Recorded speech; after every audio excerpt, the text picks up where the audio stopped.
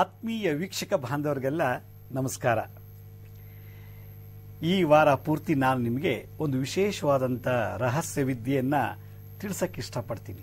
ಅದಕ್ಕೆ ಮುಂಚೆ ನಿಮಗೆಲ್ಲ ಮನಸ್ಸಲ್ಲಿ ಬಂದಿರಬಹುದು ಏನಿರ್ಬೋದು ಇವತ್ತು ಮತ್ತೆ ಈ ವಾರ ಪೂರ್ತಿ ಹೇಳ್ಕೊಡುವಂಥ ವಿಶೇಷವಾದಂಥ ಮಾಹಿತಿಗಳೇನು ಅಂತ ನಿಮಗೆ ಒಂದು ರೀತಿ ಪ್ರಶ್ನೆ ಇದಿರ್ಬೋದು.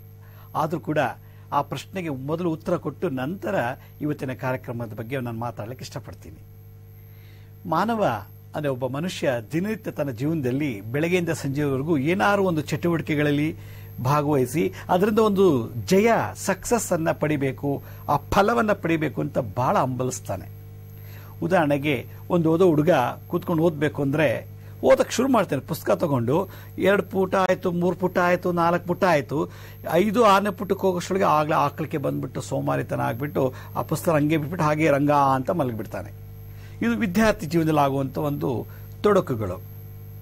ಇನ್ನು ಏನು ಬೆಳಗ್ಗೆಲ್ಲ ಕ್ಲೀನಾಗಿ ಡ್ರೆಸ್ ಮಾಡ್ಕೊಂಡು ಬರ್ತಾರೆ, ಆಫೀಸ್ಗೆ ಪಟಪಟ ಅಂತ ಹೋಗ್ತಾರೆ, ಆಫೀಸಿಗೆ ಕೂತ್ಕೋತಾರೆ, ಚೇರ್ಮ ಕೂತ್ಕೊಂಡು ಏನೋ ಕೆಲಸ ಶುರು ಮಾಡಬೇಕು ಅನ್ನೋಷ್ಟರೊಳಗೆ ಕೆಲಸ ಶುರು ಆಗತ್ತೆ. ಆದರೆ ಸಂಜೆ ಆಗೋಷ್ಟರೊಳಗೆ ಏನು ಶುರು ಮಾಡಿದ್ರೋ ಅದು ಕಂಪ್ಲೀಟ್ ಆಗೋಕ್ಕೆ ಸಾಧ್ಯನೇ ಆಗೋದಿಲ್ಲ. ನೋಡಿದ್ರೆ ಭಾಳ ಬ್ರಿಲಿಯಂಟು, ಚೆನ್ನಾಗಿ ಓದಿದ್ದಾರೆ, ಒಳ್ಳೆ ರೂಪ ಇದೆ, ಚೆನ್ನಾಗಿ ಮಾತಾಡ್ತಾರೆ, ಕೆಲಸದ ಬಗ್ಗೆ ಒಳ್ಳೆ ಜ್ಞಾನ ಇದೆ, ಎಕ್ಸ್ಪರ್ಟೈಸೇಷನ್ ಇದೆ, ಅದ್ರ ಬಗ್ಗೆ ಸಾಕಷ್ಟು ವಿಷಯ ತಿಳ್ಕೊಂಡಿದ್ದಾರೆ. ಅವ್ರು ಶುರು ಮಾಡಿದಾಗಿದ್ದಂಥ ಹುಮ್ಮಸ್ಸು ಮುಗಿಯುವಾಗ ಇರೋದಿಲ್ಲ. ಯಾಕೆ ಅಂತ ಎಷ್ಟೋ ಜನ ಪ್ರಶ್ನೆ. ಇದಕ್ಕೆ ಎಲ್ಲರೂ ಔಷಧಿ ಸಿಗುತ್ತಾ ಅಂದರೆ ಔಷಧಿ ಖಂಡಿತ ಸಿಗೋದಿಲ್ಲ. ಕೆಲವರು ಬೆಳಗ್ಗೆ ಎದ್ದ ತಕ್ಷಣ ವ್ಯಾಪಾರಕ್ಕೆ ಅಂತ ಕೂತ್ಕೋತಾರೆ, ಶುರು ಮಾಡ್ತಾರೆ, ವ್ಯಾಪಾರ ಮಾಡ್ತಿರ್ತಾರೆ, ಮಧ್ಯದಲ್ಲಿ ಎಲ್ಲೋ ಒಂದು ಕಡೆ ಗಂಟೆಗೊಂದೋ 2 ಗಂಟೆಗಳೋ ಒಂದು ಚೂರು ಒಂದು 10 ರೂಪಾಯಿ 20 ರೂಪಾಯಿ 50 ರೂಪಾಯಿ ವ್ಯಾಪಾರ ಆಗ್ಬೋದು. ಆದರೆ ಅವ್ರು ಅನ್ಕೊಂಡಿರೋ ಪ್ರಕಾರ ದಿನನಿತ್ಯ ವ್ಯಾಪಾರ ಆಗ್ತಾನೆ ಇರೋದಿಲ್ಲ. ಹಾಗಾದ್ರೆ ಏನು ದೋಷ ಇರ್ಬೋದು? ಯಾವುದೋ ಒಂದು ಕೆಲಸ ಶುರು ಮಾಡಕ್ಕೆ ಹೊರಡ್ತೀವಿ ನಾವು, ಇವತ್ತು ಮನೆ ಕಟ್ಟಕ್ಕೋ ಶುರು ಮಾಡ್ತೀವಿ ಅಂತ ಇಟ್ಕೊಳ್ಳಿ. ಎಲ್ಲ ಕಲ್ಲು ಮಣ್ಣು ಜಲ್ಲಿ ದುಡ್ಡು ಎಲ್ಲ ಇದೆ, ಇನ್ನೇನು ಶುರು ಮಾಡಬೇಕು ಅನ್ನೋಗೆ ಏನೋ ತೊಂದರೆ, ಯಾರೋ ಸತ್ತೋದ್ರು ಅಂತ ಒಂದು ನ್ಯೂಸ್ ಬರುತ್ತೆ. ಏನೋ ಶುರು ಮಾಡಬೇಕು ಅಂತ ಹೊರಟ ತಕ್ಷಣ ಯಾವುದೋ ಒಂದು ಕಾರ್ಪೊರೇಷನ್ ಒಂದು ಕೇಸ್ ಹಾಕ್ತಾರೆ, ಅಥವಾ ಆಜು ಬಾಜು ಮನೆಯವರು ಏನೋ ತೊಂದರೆ ಕೊಟ್ಬಿಡ್ತಾರೆ.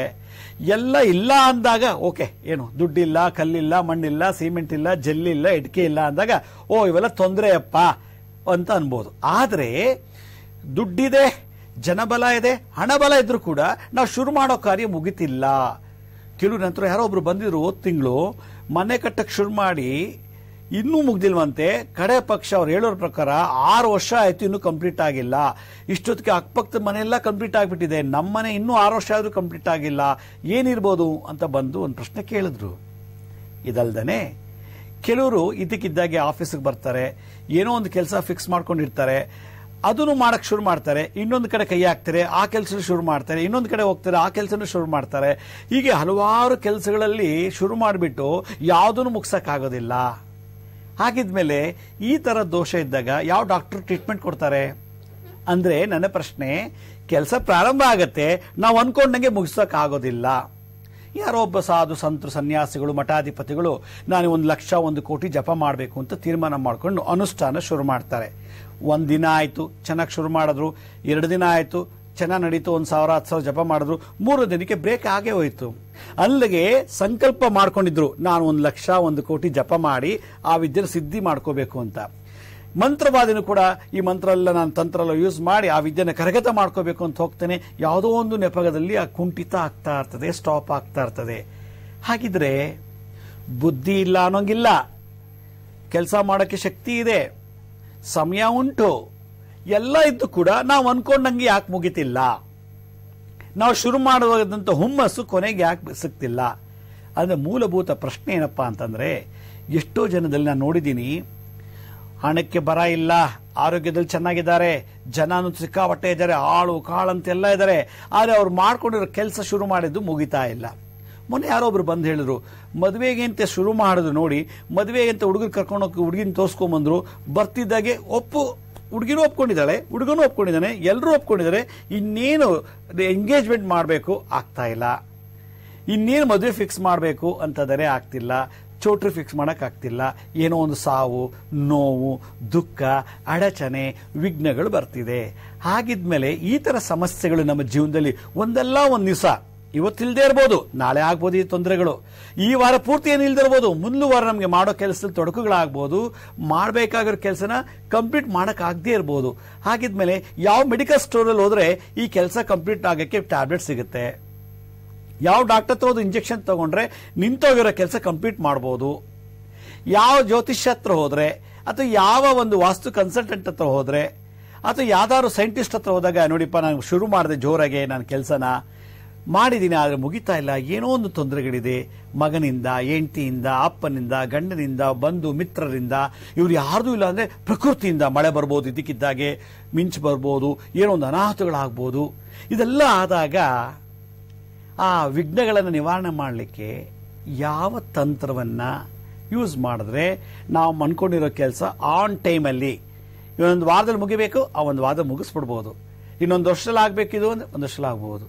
ಹಾಗೆ ನಾವು ಅಂದುಕೊಂಡಂತ ಕೆಲಸವನ್ನ ವಿಘ್ನಗಳಿಲ್ದೇ ಆಗಬೇಕು ಅಂದ್ರೆ ಏನು ಟ್ರೀಟ್ಮೆಂಟ್ ತಗೋಬೇಕು, ಅಥವಾ ಏನು ಊಟ ಮಾಡಬೇಕು, ಅಥವಾ ಯಾವುದನ್ನ ನಾವು ಅಳವಡಿಸ್ಕೊಂಡ್ರೆ ಜೀವನ ಶೈಲಿಲಿ ನಾವು ಅನ್ಕೊಂಡಿರೋ ಕೆಲಸ ಸಕ್ಸಸ್ ಆಗಿಬಿಡುತ್ತೆ ಅಂತ.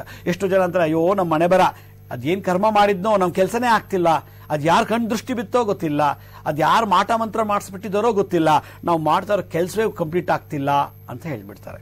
ಒಂದೊಂದ್ಸಲ ಜಾತಕಕ್ಕೆ ಬೈತೀವಿ, ಒಂದೊಂದ್ಸಲ ಈ ವಾಸ್ತುಗೆ ಬೈತೀವಿ, ಈ ದರಿದ್ರ ವಾಸ್ತು ಬಂದು ಸೇರ್ಕೊಂಡ್ಮೆ ಹಿಂಗಾಗೋಯ್ತು ನಮಗೆ ಅಂತ. ಪ್ರಕೃತಿ ಯಾವತ್ತೂ ಯಾರಿಗೂ ತೊಂದರೆ ಕೊಡೋದಿಲ್ಲ. ನಾವೆಂತ ದರಿದ್ರ ವಾಸ್ತುವಲ್ಲಿದ್ರು ಕೂಡ ನಮ್ಮ ಜಾತಕದಲ್ಲಿರೋ ದೋಷವನ್ನ ಸರಿಪಡಿಸೋಕೆ ಮುಂಚೆನೆ ನಾವು ವಾಸ್ತು ಬಯೋದಾದ್ರೆ ಈ ಜಗತ್ತೇ ಸರಿ ಇಲ್ಲ ಅನ್ನೋದಾಗಿದ್ರೆ ಮತ್ತೆ ಇನ್ಯಾವ ಸರಿ ಇದೆ ಅಂತ ಪ್ರಶ್ನೆ ಕೇಳಿದಾಗ ನಮ್ಮಲ್ಲಿರೋ ಲೋಪದೋಷಗಳು ತಿತ್ಕೊಂಡ್ರೆ ಮಾತ್ರ ಸರಿ ಹೋಗೋದು. ಹಾಗಾದ್ರೆ ನಾವು ಅನ್ಕೊಂಡಂತ ಕಾರ್ಯಕ್ರಮಗಳಲ್ಲಿ ನಾವು ಭಾಗಿಯಾಗಿ ಇನ್ನೊಬ್ಬರು ಭಾಗಿಯಾಗಿ ಮಾಡಿ ನಾವು ಅನ್ಕೊಂಡಿರೋ ಟಾರ್ಗೆಟ್ ರೀಚ್ ಮಾಡಿ ಆ ಸಕ್ಸಸ್ ಆಗಬೇಕು ಅಂದ್ರೆ ಇಂದಿನ ಕಾಲದಲ್ಲಿ ವೇದ ಮುನಿಗಳು ಅಂದ್ರೆ ಋಷಿ ಮುನಿಗಳು ಹಲವಾರು ಪಂಡಿತ ಪಾಮರರು ಯಾರನ್ನು ಕನ್ಸಲ್ಟೇಟ್ ಮಾಡ್ತಿರ್ಲಿಲ್ವಂತೆ. ಅವ್ರಿಗೆ ಗೊತ್ತಾಗೋದು ಈ ಕಾರ್ಯ ನಾನು ಮಾಡಿದ್ರೆ ಸಕ್ಸಸ್ ಆಗುತ್ತಾ ಇಲ್ವಾ ಅಂತ ತಮ್ಮ ದಿವ್ಯ ದೃಷ್ಟಿಲೇ ನೋಡಿ ಹೇಳ್ತಾ ಇದ್ರಂತೆ. ಹೌದು, ಈ ಕಾರ್ಯ ಇಂಥ ತಿಥಿ, ಇಂಥ ನಕ್ಷತ್ರ, ಇಂಥ ದಿವಸದಲ್ಲಿ ಮುಗಿಯುತ್ತೆ, ಶುಕ್ಲ ಪಕ್ಷದಲ್ಲೇ ಆಗ್ಬಹುದು, ಕೃಷ್ಣ ಪಕ್ಷದಲ್ಲೇ ಆಗ್ಬಹುದು ಅಂತ ಹೇಳಿ ಅವರು ಸಿಂಪ್ಟಮ್ಸ್ ನ ಹೇಳ್ತಾ ಇದ್ರಂತೆ. ಹಾಗಾದ್ರೆ ಆ ಥರ್ಡ್ ಹೈ ಇಂಟ್ಯೂಷನ್ ಅಂತ ಕರೀತಾರೆ. ಆ ಒಂದು ದಿವ್ಯ ದೃಷ್ಟಿಯನ್ನ ಸಂಪಾದಿಸೋದು ಹೇಗೆ ಅನ್ನೋದನ್ನ ನಾನು ಈ ವಾರ ಪೂರ್ತಿ ಉದ್ಯೋಗದಲ್ಲಿ, ವ್ಯಾಪಾರದಲ್ಲಿ, ವ್ಯವಹಾರದಲ್ಲಿ, ಹಲವಾರು ಸಮಸ್ಯೆಗಳಲ್ಲಿ ನಾವು ಅದನ್ನ ಹೇಗೆ ಜೋಡಿಸ್ಕೊಂಡು ನಾವು ಸಕ್ಸಸ್ ಅನ್ನೋದನ್ನ ಪಡಿಬಹುದು ಅನ್ನೋದ್ರ ಬಗ್ಗೆ ನಾನು ವಿಶೇಷವಾದಂತಹ ಒಂದು ಮಂತ್ರ ಯೋಗವನ್ನು ನಿಮ್ಗೆ ತಿಳಿಸಕ್ಕೆ ಇಷ್ಟಪಡ್ತೀನಿ.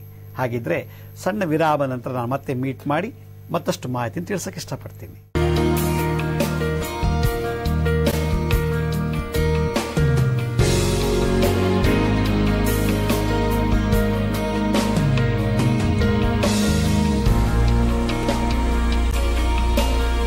ಯಾವಾಗ ನಾವು ಅನ್ಕೊಂಡಿದ್ದು ಆಗ್ಲಿಲ್ಲ ಅಂತೀವೋ ಅವಾಗ ಧೈರ್ಯ ಕುಂದೋಗ್ಬಿಡುತ್ತೆ, ಡಿಪ್ರೆಷನ್ಗೆ ಹೋಗ್ಬಿಡ್ತಾನೆ ಮನುಷ್ಯ. ಇಷ್ಟೆಲ್ಲ ಮಾಡಿ ದುಡ್ಡು ಹಾಕ್ತೆ, ಶಕ್ತಿ ಇದೆ, ಜನಬಲ, ಹಣಬಲ ಎಲ್ಲ ಇದೆ, ಆದ್ರೆ ನಾನು ಮಾಡಿದ ಕೆಲಸ ಆಗ್ತಿದ್ವಲ್ಲ ಅಂತ ಹೇಳಿ ಅವನು ಏನ್ ಮಾಡ್ತಾನೆ, ಖಿನ್ನತೆಗೊಳಗಾಗ್ಬಿಡ್ತಾನೆ, ಡಿಪ್ರೆಷನ್ಗೆ ಹೋಗ್ಬಿಡ್ತಾನೆ. ಇದನ್ನೆಲ್ಲ ಅರ್ಥಂತ ಮಹಾ ವೇದ ಋಷಿಗಳು ಅವತ್ತಿನ ಕಾಲದಲ್ಲಿ ಇದಕ್ಕೊಂದು ಒಳ್ಳೆ ಮದ್ದು ಕೊಡಬೇಕು ಅಂತೇಳಿ ಮಂತ್ರದ ಮೂಲಕ ನಮ್ಮ ಬಾಡಿನಲ್ಲಿ ಸ್ಥೈರ್ಯ, ಧೈರ್ಯ ಮತ್ತೆ ಒಂದು ಛಲ, ವಿಲ್ ಪವರ್ ಅಂದ್ರೆ ಧೈರ್ಯ, ಸ್ಥೈರ್ಯ, ಛಲ, ಈ ಮೂರು ಸೇರಿದಾಗ ಒಂದು ಆತ್ಮವಿಶ್ವಾಸವನ್ನು ಬೆಳೆಸಕ್ಕೆ ಶುರು ಮಾಡುತ್ತೆ. ಆ ಆತ್ಮವಿಶ್ವಾಸ ಯಾವ ರೀತಿ ಗಳಿಸೋದು ಅಂದ್ರೆ ಯಾವ ಟ್ಯಾಬ್ಲೆಟ್ ಅಲ್ಲೂ ಬರಲ್ಲ, ಯಾವ ಯೂನಿವರ್ಸಿಟಿಲೂ ಟ್ರೈನಿಂಗ್ ಕೊಡಲ್ಲ, ಯಾವ ಕಾಲೇಜಲ್ಲೂ ಟೀಚ್ ಮಾಡಲ್ಲ. ಆ ಒಂದು ವಿಲ್ ಪವರ್ನ ಬರಬೇಕಂದ್ರೆ ಅವತ್ತಿನ ಕಾಲದಲ್ಲಿ ಒಂದು ಸಣ್ಣ ಮಂತ್ರದಿಂದ ಅದನ್ನ ತೇಜಸ್ಸನ್ನು ಜಾಸ್ತಿ ಮಾಡಿ, ಆ ಧಿಶಕ್ತಿನ ಜಾಸ್ತಿ ಮಾಡಿ ಮಾಡಕ್ಕಾಗದಿರೋ ಕೆಲಸವನ್ನ ಸಾಧಿಸುವಂತ ಶಕ್ತಿಯನ್ನ, ಸಾಮರ್ಥ್ಯತೆಯನ್ನು ತುಂಬುತ್ತಾ ಇದ್ರಂತೆ. ಆ ಮಂತ್ರಯೋಗದಲ್ಲಿ 64 ವಿದ್ಯೆಗಳಲ್ಲಿ ಮಂತ್ರಶಕ್ತಿ, ಮಂತ್ರಯೋಗ ಕೂಡ ಒಂದು ವಿದ್ಯೆ. ಹೀಗಾಗಿ ನಾನು ಮಾತಾಡ್ತಿರೋ ಭಾಷೆಯಿಂದ ನಿಮಗೆಲ್ಲ ಅರ್ಥ ಆಗ್ತಿದೆಯಲ್ವಾ? ಹಾಗೆ ಶರೀರದಲ್ಲಿರ್ತಕ್ಕಂಥ, ಆತ್ಮದಲ್ಲಿರ್ತಕ್ಕಂಥ ಒಂದು ವಿಶೇಷವಾದ ಎನರ್ಜಿಗೆ ಅದರದೇ ಆದಂಥ ಭಾಷೆಯಲ್ಲಿ ಮಾತಾಡಿಸ್ಬಿಟ್ರೆ, ಅದರದೇ ಭಾಷೆಯಲ್ಲಿ ಶಕ್ತಿನ ತುಂಬಿಟ್ರೆ ಆಗ ಆತ್ಮವಿಶ್ವಾಸ ಜಾಸ್ತಿ ಆಗುತ್ತೆ, ವಿಲ್ ಪವರ್ ಜಾಸ್ತಿ ಆಗುತ್ತೆ. ಸಬ್ ಕಾನ್ಶಿಯಸ್ ಮೈಂಡ್ ಅಂದ್ರೆ ಸುಪ್ತ ಮನಸ್ಸಿನಲ್ಲಿ ಆಗಲ್ಲ, ಅಯ್ಯೋ ನನ್ನ ಹಣೆಬರ, ಅಯ್ಯೋ ಹಿಂಗಾಗೋಯ್ತಲ್ಲ ಅನ್ನೋ ಕೊರತೆನ ತೆಗೆದುಹಾಕಿ ಹಿಂಗೆ ಆಗ್ಬೇಕು, ಹೀಗೆ ಆಗತ್ತೆ, ಖಂಡಿತ ಹಾಗೆ ಆಗತ್ತೆ ಅನ್ನೋದನ್ನ ಚೇತರಿಕೆಯನ್ನು ಕೊಡುವಂಥದ್ದು, ಎಚ್ಚರಿಕೆಯನ್ನು ಕೊಡುವಂಥದ್ದು, ಹಠದಿಂದ ಸಾಧಿಸುವಂಥ ಶಕ್ತಿಯನ್ನ ಮಂತ್ರಗಳ ಮೂಲಕ ಸಬ್ ಕಾನ್ಶಿಯಸ್ ಮೈಂಡ್ಗೆ ತುಂಬ್ತಾ ಇರು. ಮಂತ್ರ ಇರೋದೇನು ಗೊತ್ತಾ? ಸಬ್ ಕಾನ್ಶಿಯಸ್ ಮೈಂಡ್ ನಲ್ಲಿ ಶಕ್ತಿ ಜಾಸ್ತಿ ಮಾಡಿ, ಸುಪ್ತ ಮನಸ್ಸಿನಲ್ಲಿ ಶಕ್ತಿ ಜಾಸ್ತಿ ಮಾಡಿ, ಅಸಾಧ್ಯವಾದದನ್ನು ಸಾಧ್ಯ ಮಾಡುವಂತ ಶಕ್ತಿ ಈ ಮಂತ್ರಕ್ಕಿದೆ. ಆದ್ರಿಂದ ಮಂತ್ರ ಆತ್ಮದ ಬಲವನ್ನ ಹೆಚ್ಚಿಸುತ್ತದಂತೆ. ಅದಕ್ಕೋಸ್ಕರ ನಿತ್ಯ ನಾವು ಮಂತ್ರ ಜಪ ಮಾಡಬೇಕು, ಮಂತ್ರವನ್ನ ಪಠನೆ ಮಾಡಬೇಕು ಅಂತ ಹೇಳ್ತಾರೆ. ಹಾಗಿದ್ರೆ ಯಾವ ಕೆಲಸ ಶುರುವಾಗಿ ಮುಗಿತಾ ಇಲ್ವೋ ಆ ಥರ ಯಾವುದೇ ಆಗಿರಲಿ, ಯಾವುದೇ ಕ್ಷೇತ್ರದೇ ಆಗಿರಲಿ, ಎಜುಕೇಷನ್ ಆಗಿರಲಿ, ಬಿಸ್ನೆಸ್ ಅಲ್ಲಿ ಯಾವುದೇ ಆಗಿರಲಿ, ನೀವು ಹಿಡಿದಂತ ಕೆಲಸ ಮುಗಿತಾ ಇಲ್ಲ ಅಂದಾಗ ನೀವು ಯಾರ ಹತ್ರಕ್ಕೆ ಹೋಗಬೇಡಿ. ದಯವಿಟ್ಟು ನೀವೇ ಒಂದ್ ಕಡೆ ಕುತ್ಕೊಂಡು ನಾನು ಈಗ ಹೇಳುವಂತ ಒಂದು ವಿಶೇಷವಾದ ಮಂತ್ರವನ್ನ 108 ಸಲ ಪ್ರತಿನಿತ್ಯ ಜಪ ಮಾಡಿದ್ದೆ ಆದ್ರೆ ನಿಂತೋಗಿರೋ ಕೆಲಸ ಕೂಡ ಸಕ್ಸಸ್ ಆಗುತ್ತೆ. ಯಾಕೆಂದ್ರೆ ಸಬ್ ಕಾನ್ಶಿಯಸ್ ಮೈಂಡ್ ಅದು ರೆಕಾರ್ಡ್ ಮಾಡ್ಕೊಂಡು ಅದನ್ನ ಸಾಧಿಸ್ಬಿಡುತ್ತೆ. ಹಾಗಾದ್ರೆ ಸಬ್ ಕಾನ್ಶಿಯಸ್ ಮೈಂಡ್ಗೆ ಆಟೋ ಇನ್ಸ್ಟ್ರಕ್ಷನ್, ಆಟೋ ಸಜೆಷನ್ಸ್ ನಾವು ಕೊಡಬೇಕು. ಹಾಗಾದ್ರೆ ಹೆಂಗ್ ಕೊಡೋದು? ಮಂತ್ರ ಮೂಲಕ ಕೊಡಬೇಕು ಅಂತ ಹಿಂದಿನ ಕಾಲದಲ್ಲಿ ವೇದ ವಿಜ್ಞಾನದಲ್ಲಿ ಋಷಿಮುನಿಗಳು ಒಂದು ಮಂತ್ರ ಸುಲಭವಾಗಿ ಹೇಳ್ಕೊಟ್ಟಿದ್ದಾರೆ. ಆ ಮಂತ್ರ ಹೇಗಿದೆ ಗೊತ್ತಾ? ಓಂ ಭ್ರೀಂ ನಮಃ ಸರ್ವಾರ್ಥ ಸಾಧಿನೇ ಸ್ವಾಹ. ಓಂ ಭ್ರೀಂ ನಮಃ ಸರ್ವಾರ್ಥ ಸಾಧಿನೇ ಸ್ವಾಹ. ಓಂ ಭ್ರೀಂ ನಮಃ ಸರ್ವಾರ್ಥ ಸಾಧಿನಿ ಸ್ವಾಹ ಅನ್ನೋ ಈ ಮಂತ್ರವನ್ನ ಪ್ರತಿನಿತ್ಯ 108 ಸಲ ಜಪಿಸ್ಬಿಟ್ರೆ ಪ್ರಕೃತಿ ಇರತಕ್ಕಂಥ ಕಾಸ್ಮಿಕ್ ಎನರ್ಜಿ ಈ ಬೀಜಾಕ್ಷರದಿಂದ, ಭ್ರೀಮ್ ಅನ್ನೋ ಒಂದು ಬೀಜಾಕ್ಷರ, ಭ್ರೀಮ್ ಅನ್ನು ಬಿಡಿಸಿದಾಗ ಹ ರ ಈ 0 ಬಂತು. ಹ ಅಂದ್ರೆ ಶಿವಶಕ್ತಿ, ಪುರುಷ ಶಕ್ತಿ. ರ ಅಂದ್ರೆ ಶ್ರೀ ಶಕ್ತಿ, ಸ್ತ್ರೀ ಶಕ್ತಿ ಅಂದ್ರೆ ಪಾರ್ವತಿ ಅಂತ. ಹ ರ ಎರಡು ಸೇರಿಸಿದಾಗ ಈ ಬಂತು. ಇದನ್ನ ಮಹಾಮಾಯೆ ಅಂತ ಕರೀತಾರೆ, ಕಾಸ್ಮಿಕ್ ಎನರ್ಜಿ ಅಂತಾರೆ. ಈ ಪುರುಷ ಸ್ತ್ರೀ ಶಕ್ತಿಯ ಸಂಯೋಗದಿಂದ ಮಹಾಶಕ್ತಿ ಉದ್ಭವ ಆಗಿ ಅನ್ನು 0 ಕೊನೆ ಅಕ್ಷರ ಮ್ರೀಮ್ ಅನ್ನೋದಿಲ್ಲ, ಆ ಅನುಸ್ವಾರದಿಂದ ಮನುಷ್ಯನಿಗೆ ಆತ್ಮದಲ್ಲಿ ತೇಜೋಶಕ್ತಿ ಜಾಸ್ತಿಯಾಗಿ ಅದಕ್ಕೆ ಸಂಬಂಧಪಟ್ಟಂತ ದೋಷಗಳೇನಾರಿದೆ ಸಾಲ್ವ್ ಮಾಡುವಂತ ಮತಿಯನ್ನು ಕೊಡುತ್ತೆ ಈ ಮಂತ್ರ. ಅದರಲ್ಲಿದ್ದಂಥ ವಿಘ್ನಗಳೇನಾದ್ರು ಕಾರ್ಪೊರೇಷನ್ ಇರ್ಬೋದು, ರೌಡಿಗಳಿರ್ಬೋದು, ಯಾವುದೇ ವಿಘ್ನಗಳು ನೀವು ಮಾಡ್ತಾ ಇರೋ ಕೆಲಸದಲ್ಲಿ ವಿಘ್ನಗಳೇನಾರು ಇದ್ದಾಗ ಆ ಶಕ್ತಿನ ರಿಮೂವ್ ಮಾಡಿ, ಆ ನೆಗೆಟಿವ್ ವೈಬ್ರೇಷನ್ ಡಿಸ್ಚಾರ್ಜ್ ಮಾಡಿ ತೆಗೆದುಹಾಕಿ ಸಕ್ಸಸ್ ಮಾಡಿಬಿಡುತ್ತೆ. ಸರ್ವಾರ್ಥ ಸಾಧಿನಿ ಸ್ವಾಹ. ಸರ್ವ ಅಂದ್ರೆ ಯಾವಾಗಲೂ, ಎಲ್ಲೆಲ್ಲಿಯೂ ಸಾಧನೆ ಮಾಡು ಅಂತ ಹೇಳಿ ಇದು ಸರ್ವಾರ್ಥ ಸಾಧನೆ ಅಂತ ಒಂದು ಶಕ್ತಿ ಕಾಸ್ಮಿಕ್ ಎನರ್ಜಿನಲ್ಲಿ ಓಡಾಡ್ತಿರ್ತದಂತೆ. ಆ ಸರ್ವಶಕ್ತಿ ಸ್ವರೂಪವಾಗತ್ತೆ ಈ ಬೀಜ ಮಂತ್ರವನ್ನ ನಾವು ಯಾವಾಗ ಹೇಳ್ತೀವೋ ಆಗ ಇದ್ದಕ್ಕಿದ್ದಾಗೆ ಮನಸ್ಸಿನಲ್ಲಿ ಅಂದ್ರೆ ಸಬ್ ಕಾನ್ಶಿಯಸ್ ಮೈಂಡ್ ನಲ್ಲಿ, ಸುಪ್ತ ಮನಸ್ಸಿನಲ್ಲಿ ಜಾಗೃತ ಮನಸ್ಸು ಹೇಳುತ್ತೆ, ಕಾನ್ಶಿಯಸ್ ಮೈಂಡ್ ಹೇಳುತ್ತೆ ಅಯ್ಯೋ ಇದನ್ನ ಕಂಪ್ಲೀಟ್ ಆಗ್ಲಿಲ್ವಲ್ಲ, ಅಯ್ಯೋ ಇವನಿಂದ ಅಡಚಣೆ ಬಂತಲ್ಲ ಅಂತ ಕಾನ್ಶಿಯಸ್ ಮೈಂಡ್ ಹೇಳಿದ್ರೆ ಸಬ್ ಕಾನ್ಶಿಯಸ್ ಮೈಂಡ್ ಹೇಳುತ್ತೆ ಎದುರುಬೇಡ. ಓಂ ಭ್ರೀಂ ನಮಃ ಸರ್ವಾರ್ಥ ಸಾಧಿನಿ ಸ್ವಾಹ. ಓಂ ಭ್ರೀಂ ನಮಃ ಸರ್ವಾರ್ಥ ಸಾಧಿನಿ ಸ್ವಾಹ. ಯಾವುದು ನಿಮ್ಗೆ ಇಷ್ಟ ಇಲ್ವೋ ಅದು ಇಷ್ಟಪಡೋ ಮಾಡುತ್ತೆ ಈ ಮಂತ್ರ ಶಕ್ತಿ ನೋಡಿ. ಆದ್ರಿಂದ ಈ ಮಂತ್ರ ಪ್ರಕೃತಿಯಿಂದ ಬಂದಿರುವಂತಹದ್ದು. ಈ ಅಕ್ಷರಗಳು ನರನಾಡಿಗಳ ಮೇಲೆ ಬಿದ್ದಾಗ ಹುಮ್ಮಸ್ಸು, ತೇಜಸ್ಸು, ವರ್ಚಸ್ಸನ್ನ ಜಾಸ್ತಿ ಮಾಡಿ ಅಸಾಧ್ಯವಾದದ್ದು ಸಾಧ್ಯ ಮಾಡಿ, ಇಷ್ಟ ಇಲ್ಲ ಅಂದ್ರೂ ಕೂಡ ಇಷ್ಟಪಡುವಂತೆ ಮಾಡಿ ಆ ಕೆಲಸವನ್ನು ಸಕ್ಸಸ್ ಮಾಡಿಕೊಡುತ್ತೆ ಈ ಒಂದು ಮಂತ್ರ ಶಕ್ತಿ. ಆದ್ರಿಂದ ಮಂತ್ರ ಇಡೀ ಜಗತ್ತನ್ನೇ ಅಲ್ಲಾಡಿಸಬಹುದು. ಮಾತು ಬಲ್ಲವನಿಗೆ ಜಗಳವಿಲ್ಲ, ಮಂತ್ರ ಬಲ್ಲವನ ಜೊತೆಗೆ ಸರಸ ಶತ್ರು ಭಯವಿಲ್ಲವಂತೆ. ಮಂತ್ರ ಕಲಿತವನ ಹತ್ರ ಶತ್ರು ಹತ್ರ ಇರೋದು. ಮಂತ್ರ ಬರೋನ ಏನೋ ಆಟ ಆಡಿದ್ರೆ ಅವನು ಯಾವ ಮಂತ್ರನಾದ್ರೂ ಪ್ರಯೋಗ ಮಾಡಿ ಅವನ ಹಾಳು ಮಾಡ್ಬಿಡ್ಬೋದು. ಒಳ್ಳೆ ಚೆನ್ನಾಗಿ ಮಾತು ಬಂದ್ರೆ ಇಡೀ ಜಗತ್ತನ್ನೇ ಆಕರ್ಷಣೆ ಮಾಡಬಹುದಂತೆ. ಆದ್ರಿಂದ ಮಂತ್ರ ಮಾತು, ಮಂತ್ರಕ್ಕೂ ಮಾತುக்கு ಇಷ್ಟೇ ವ್ಯತ್ಯಾಸ. ಮಾತು ನಿತ್ಯ ವ್ಯವಹಾರಕ್ಕೆ, ಮಂತ್ರ ಪ್ರಕೃತಿ ಜೊತೆಗೆ ಹೊಂದ್ಕೊಳ್ಳಿಕ್ಕೆ, ದೈವಶಕ್ತಿ ಜೊತೆಗೆ ಮಿಲನ ಆಗಕ್ಕೆ, ದೇವರ ಜೊತೆಗೆ ಕಾಸ್ಮಿಕ್ ಜೊತೆಗೆ ಸಂಬಂಧ ಬೆಳೆಸಕ್ಕೆ. ಮಾತು ಗಂಡ ಹೆಂಡತಿ, ಮಕ್ಕಳು, ಸಭೆ ಮತ್ತೆ ಸಮಾರಂಭಗಳಲ್ಲಿ, ಆಫೀಸಲ್ಲಿ ಮಾತು ಬೇಕು. ದೇವತೆಗಳ ನಿಕಟ ಸಂಬಂಧ ಕಲ್ಪಿಸ್ಕೋಬೇಕು ಅಂದಾಗ ಮಂತ್ರ ಅನ್ನೋ ಒಂದು ಭಾಷೆನೇ ಕಲಿಬೇಕಂತೆ. ಆದ್ರಿಂದ ಓಂ ಭ್ರೀಂ ನಮಃ ಸರ್ವಾರ್ಥ ಸಾಧಿನಿ ಸ್ವಾಹ. ಓಂ ಭ್ರೀಂ ನಮಃ ಸರ್ವಾರ್ಥ ಸಾಧಿನಿ ಸ್ವಾಹ ಅನ್ನೋ ಈ ಒಂದು ಮಂತ್ರವನ್ನ ದಿನನಿತ್ಯ ಜಪ ಮಾಡಿದ್ದೆ ಆದ್ರೆ ಎವರ್ ಗ್ರೀನ್ ಗ್ರ್ಯಾಂಡ್ ಸಕ್ಸಸ್ ಅಂತ ಹೇಳ್ತಾರೆ. ಅದರಿಂದ ನಮ್ಮ ಸಬ್ ಕಾನ್ಶಿಯಸ್ ಮೈಂಡ್ಗೆ ಇದನ್ನು ಪುಷ್ ಮಾಡ್ತಾ ಇರಬೇಕು, ಆಟೋ ಸಜೆಷನ್ಸ್ ಕೊಡ್ತಿರ್ಬೇಕು. ಓಂ ಭ್ರೀಂ ನಮಃ ಓಂ ಸರ್ವಾರ್ಥ ಸಾಧಿನಿ ಸ್ವಾಹ ಅಂದಾಗ ಓದಕ್ಕಾಗದಿದ್ರು ಓದಕ್ಕೆ ಶುರು ಮಾಡ್ತಾರೆ, ನಿಂತೋಗಿರೋ ಕೆಲಸ ಮುಗ್ದೋಗುತ್ತೆ, ಏನ್ ಬಯಸ್ತಿದಿರೋ ಅದೆಲ್ಲ ಕೈ ಹಿಡಿರುತ್ತೆ. ಇಚ್ಛೆಗೆ ತಕ್ಕಂತೆ ಫಲಪ್ರಾಪ್ತಿ ಆಗ್ತದೆ ಅಂತ ಹೇಳಿ ಈ ರುದ್ರಯಾಮಣ ಮಂತ್ರಸಾರದಲ್ಲಿ ಈ ಒಂದು ಉಲ್ಲೇಖನ ಕೊಟ್ಟಿದ್ದಾರೆ. ಹಾಗೆ ಉಡ್ಡಿಶ ತಂತ್ರಸಾರದಲ್ಲಿ ರಾವಣ ಎಲ್ಲಾ ವಿದ್ಯೆನ ಯಾಕೆ ಕಲ್ತಿದ್ದ ಅಂದ್ರೆ ಈ ಒಂದು ಮಂತ್ರಶಕ್ತಿಯಿಂದ. ಆದ್ರಿಂದ ಇನ್ನು ಮುಂದೆ ನಾವು ಕಲಿಸುವಂತ ಎಲ್ಲಾ ವಿದ್ಯೆಗಳನ್ನು ನೀವು ಸಿದ್ಧಿ ಪಡಿಬೇಕು ಅಂದ್ರೆ ಮೊದಲು ಈ ಮಂತ್ರವನ್ನು ಜಪ ಮಾಡಬೇಕು. ಯಾಕೆಂದ್ರೆ ಒಂದೆರಡು ಎಪಿಸೋಡ್ ನೋಡ್ಬಿಟ್ಟು ಬಿಟ್ಬಿಡ್ತೀರಾ, ಇಲ್ಲ ಆಫ್ ಮಾಡ್ಬಿಟ್ಟು ಮಲ್ಕೊಂಡ್ಬಿಡ್ತೀರಾ, ಇಲ್ಲ ಅಯ್ಯೋ ಹೋಗಪ್ಪ ಅಂತ ಬಿಟ್ಬಿಡ್ತೀರಾ. ಆಸಕ್ತಿ ಬರಬೇಕು ಅಂದ್ರೆ ಏನೆಲ್ಲ ಕಲಿಬೇಕು ಅನ್ನೋದನ್ನು, ಯಾವುದನ್ನೇ ವಿದ್ಯೆ ಕಲಿಬೇಕು ಅಂದ್ರೆ ಮೊದಲು ಆಸಕ್ತಿ ಶ್ರದ್ಧೆ ಬೇಕು. ಆಸಕ್ತಿ ಶ್ರದ್ಧೆ ಬರಬೇಕು ಅಂದ್ರೆ ಈ ಮಂತ್ರವನ್ನ ನಾವು ಜಪ ಮಾಡಬೇಕು. ಹೀಗೆ ಮುಂದಿನ ಭಾಗದಲ್ಲಿ ಮತ್ತಷ್ಟು ಮಾಹಿತಿ ತಮ್ಮ ಭೇಟಿ ಮಾಡ್ತೀನಿ. ಈಗ ಒಂದು ಅಲ್ಪ ವಿರಾಮ ತಗೊಳ್ಳೋಣ.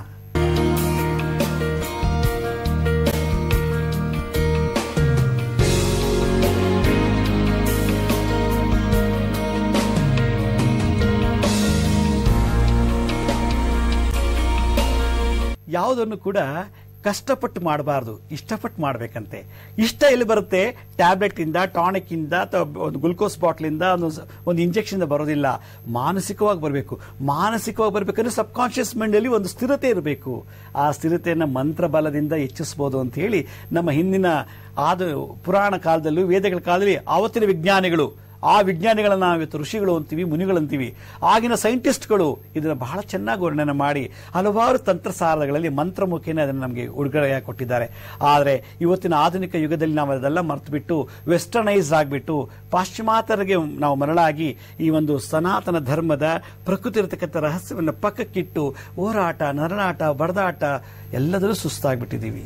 ಹೀಗಾಗಿ ಈ ಮಂತ್ರನ ಜಪ ಮಾಡಿ, ಈ ಜಪ ಮಾಡಿದ್ದೆ ಆದ್ರೆ ಯಾರೇ ಜಾತಕ ತಗೊಂಡು ಇದು ಜ್ಯೋತಿಷ ಹತ್ರ ಹೋಗ್ಬೇಕಾಗಿಲ್ಲ. ನಾನು ಹಿಂಗಾಗೋಯ್ತು, ಹೀಗೆ ನಿಂತೋಗಿದೆ, ಹಂಗಾಗೋಯ್ತು, ಹಿಂಗೋಗಿದೆ ಅಂತೇಳಿ ನಮ್ಮ ಶಕ್ತಿಯಲ್ಲಿ ಏನಿದೆಯೋ ಅದನ್ನು ಉಪಯೋಗಿಸ್ಕೊಂಡು ಯಾರ ಹಂಗು ಇಲ್ದಾನೆ, ಯಾವ ಬಂಡವಾಳ ಇಲ್ದಾನೆ ನಮ್ಮಲ್ಲಿ ಲೋಪದೋಷಗಳನ್ನ ತಿದ್ದುಕೊಂಡು ಅದನ್ನ ಮುಖಾಂತರ ಸರಿಪಡಿಸಿ ಕೆಲಸವನ್ನ ಕಾರ್ಯ ಶುರು ಮಾಡಿ ಮುಗಿಸೋದು ಒಂದು ವಿಶೇಷವಾದ ಜಾಣ್ಮೆ, ಒಂದು ಕಲೆ. ಅದರಿಂದ ಈ ಮಂತ್ರ ಜಪ ಮಾಡಿ. ಈ ಮಂತ್ರ ಜಪ ಮಾಡ್ತಾ ಮಾಡ್ತಾ ಮಾಡ್ತಾ ನಿಮ್ಗೊಂದೊಳ್ಳೆ ಒಂದು ರೀತಿ ಎಲ್ಲಾದ್ರೂ ಆಸಕ್ತಿ ಬರುತ್ತೆ. ಒಂದು ನಿಮಿಷ ಸುಮ್ಮನೆ ಕೂತ್ಕೊಳ್ಳಲ್ಲ ನೀವು. ಅದ್ ಮಾಡ್ಬೇಕು, ಇದ್ ಮಾಡ್ಬೇಕು, ಹಂಗೆ ಹಿಂಗೆ ಅಂತ ಒಳ್ಳೆ ಹಾವು ತರ ಓಡಾಡ್ತಿರ್ತೀರ. ಆ ಒಂದು ಲವಲವಿಕೆ, ಝೀಲ್, ಉತ್ಸಾಹ ಈ ಮಂತ್ರ ಶಕ್ತಿಲಿ ಬರುತ್ತೆ. ಯಾವ ಟ್ಯಾಬ್ಲೆಟ್ಸ್ ಅಲ್ಲೂ ಬರಲ್ಲ, ಯಾವ ವೈಟಮಿನ್ಸ್ ಅಲ್ಲೂ ಸಿಗೋದಿಲ್ಲ, ಯಾವ ಆರ್ಟಿಫಿಷಿಯಲ್ ಅಲ್ಲೂ ಸಿಗೋದಿಲ್ಲ. ಆದ್ರೆ ನ್ಯಾಚುರಲ್ ಆಗಿ ಪ್ರಕೃತಿ ದತ್ತವಾಗಿ ಬರ್ತಾ ಇರುವಂತ ಈ ಒಂದು ಮಂತ್ರ ಶಕ್ತಿ ಇದೆಯಲ್ಲ, ಅಪಾರ. ಆ ಒಂದು ಭಂಡಾರನ ನಾವು ಎಕ್ಸ್ಪ್ಲೇನ್ ಮಾಡಕ್ಕೆ ಆಗೋದಿಲ್ಲ. ಹಾಗೆ ಈ ಒಂದು ವಿಶೇಷವಾದಂತ ಈ ಒಂದು ಮಂತ್ರಶಕ್ತಿನ ಅಳವಡಿಸ್ಕೊಳ್ಳಿ. ಮುಂದೆ ಹೋಗ್ತಾ ನಾವು ಕಲಿಸೋ ಎಲ್ಲಾ ವಿದ್ಯೆಗಳಿಗೂ ನಿಮಗೆ ಇದೊಂದು ಬೇಸ್ಮೆಂಟ್ ಇದ್ದಾಗೆ, ತಳಪಾಯ ಇದ್ದಾಗೆ. ಆಸಕ್ತಿ ಬಂದಾಗ ಎಲ್ಲವನ್ನೂ ಕಲಿಬಹುದು, ನಿರಾಸಕ್ತಿ ಬಂದಾಗ ಎಲ್ಲವನ್ನೂ ಕಳ್ಕೋಬಹುದು. ಹೀಗೆ ಮನುಷ್ಯ ಜೀವನದಲ್ಲಿ ಪ್ರತಿಯೊಂದು ಹಂತದಲ್ಲೂ ಮಂತ್ರ ಬಹಳ ವಿಶೇಷ ಅನ್ನೋದನ್ನ ಈ ಸಂಚಿಕೆಯಲ್ಲಿ ಹೇಳ್ತಾ ಇದ್ದೀನಿ. ಇವತ್ತು ನಾನು ನಿಮಗೊಂದು ವಿಶೇಷವಾದಂತ ಮನೆ ಮದ್ದನ್ನು ಹೇಳ್ತೀನಿ. ಏನಂದ್ರೆ ಎಷ್ಟೋ ಜನ ಹೆಣ್ಮಕ್ಳು ನಂತ ಸುಮಾರು ಜನ ಬರ್ತಾರೆ, ಮುಖದಲ್ಲಿ ಮಡವೆ ಆಗ್ಬಿಟ್ಟಿದೆ, ಕಲೆಗಳು ಕೂತ್ಬಿಟ್ಟಿದೆ, ನನಗೆ ಗಂಡು ನೋಡಿದ್ರೆ ರಿಜೆಕ್ಟ್ ಮಾಡ್ತಾನೆ, ಮತ್ತೆ ಎಷ್ಟೋ ಜನ ಹುಡುಗರು ನನಗೆ ಪಿಂಪಲ್ಸ್ ಬರ್ತಿದೆ, ಹೀಗೆ ಹಾಗೆ ಅಂತೆಲ್ಲ ಬಂದು ಸುಮಾರು ಕಾಸ್ಮೆಟಿಕ್ ಬ್ಯೂಟಿ ಪಾರ್ಲರ್ ಅಂತ ಅಲ್ಲಿ ಇಲ್ಲಿ ಹೋಗ್ತಿದ್ದಾರೆ. ಆದ್ರೂ ಕೂಡ ಅಷ್ಟೆಲ್ಲ ಇನ್ವೆಸ್ಟ್ ಮಾಡಿದ್ರು ಕೂಡ ಅವರು ಆ ಮಡವೆಗಳನ್ನ, ಮುಖದಿರೋ ಕಾಂತಿನ ಚೆನ್ನಾಗಿ ಮಾಡ್ಕೊಳಕ್ ಆಗ್ತಿಲ್ಲ, ಆ ಮಡವೆ ತೆಗಿಯಕ್ ಆಗ್ತಿಲ್ಲ, ಆ ಕಲೆ ತೆಗಿಯಕ್ ಆಗ್ತಿಲ್ಲ. ಆಗಿದ್ಮೇಲೆ ಪ್ರಕೃತಿ ರಹಸ್ಯವಾಗಿ ಬಂದಿರುವಂತದ್ದು ಹಿಂದಿನ ಕಾಲದಲ್ಲಿ ಎಷ್ಟೇ ವಿಶೇಷವಾದಂತಹ ಒಂದು ಮೆಡಿಸಿನ್ ಹೇಳಿದ್ರೆ ಏನ್ ಗೊತ್ತಾ? ಬೆಳಗ್ಗೆ ಎದ್ದ ತಕ್ಷಣ ನೀವು ಹಾಸಿಗೆ ಮೇಲೆ ಕೂತಿರ್ತೀರಾ ಅಂತ ಇಟ್ಕೊಳ್ಳಿ, ಎದ್ದಿದ್ದೀರಾ, ಹಾಸಿಗೆ ಮೇಲೆ ಕೂತಿದ್ದೀರಾ, ಎಡಗೈಗೆ ನಿಮ್ಮ ಎಂಜಲ್ನ ಉಗುಳ್ಕೊಂಬಿಡಿ. ಇಲ್ಲಿ ಬಾಯಿಂದ ಚೆನ್ನಾಗಿ ಉಗುಳನ್ನ ಎಡಗೈಗೆ ಹಾಕೊಂಡ್ಬಿಟ್ಟು ಆ ಎಡಗೈಲಿರೋ ಉಗುಳನ್ನ ಈ ಮಧ್ಯದ ಬೆರಳಿನಿಂದ ಈ ಮಧ್ಯದ ಬೆರಳು ಶನಿಗ್ರಹ, ಶನಿ ಮಧ್ಯದ ಬೆರಳು ಸೂಚಿಸಿ ಮಾಡುತ್ತೆ.